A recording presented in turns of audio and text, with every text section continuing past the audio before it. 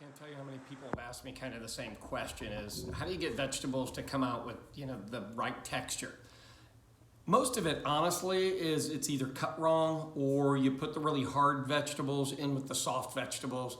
And of course it doesn't work. So potatoes, rutabagas, carrots, celery, stuff like that that's gonna hold quite a bit, cooks first.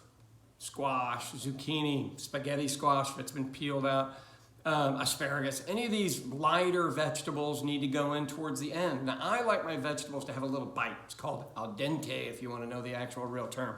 But I actually like to have some chew to it because I'm usually doing it with beans and rice or throwing it in with some other rice dish. So I'm going to talk to you today about how to cut them so at least they're cut similar, and that way if they go into boiling water or into a pan at the same time, they'll come out and they'll both still be crisp and delicious. Okay, let's talk a little bit about doing vegetables at home.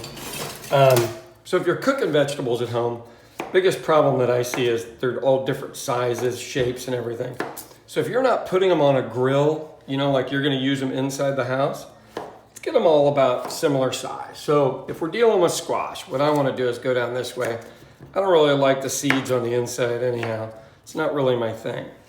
So I am literally just cutting along the outside and getting, I don't know, we call it the skin, but that kind of sounds gross to normal people. So you do this nice and simple all the way through. And then, since my other vegetable is asparagus, I'm looking at that going, how thick is asparagus? So let's get this the same width, right? And that way when you cook it, it kind of stays cooking at the same temperature as long as it's not like a potato or a rutabaga or something, all right? So this gives you an example of what to do, the two different styles of cutting. One of them's going this way. I will guarantee if you're a novice, you'll end up getting stitches. Let's do this. I used to work for a guy, if I made that kind of noise, he'd throw something at you in the kitchen, literally. The proper way, front of the knife down, balance it and come back that way. All right, let's do it the proper way one more time, just so for the chefs watching, they don't lecture me later. See how that makes no noise? That's the way to do it. All right, easiest thing to do, let's size this out. So there's your first cut. Size this out. There's your second cut. This is all like straw anyway, so get rid of it. And this is not the world's newest asparagus, so I'm gonna pick through it, and I may even cut off some of the ending, but I sure as hell am not throwing it away.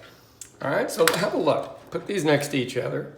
This is a little bit softer than the asparagus, but they're essentially the same size and everything. Throw some green beans, whatever else you want to in there. And you got some interesting vegetables, some interesting textures, and you can do a bunch of stuff with it. That is the proper way to cut some vegetables for home.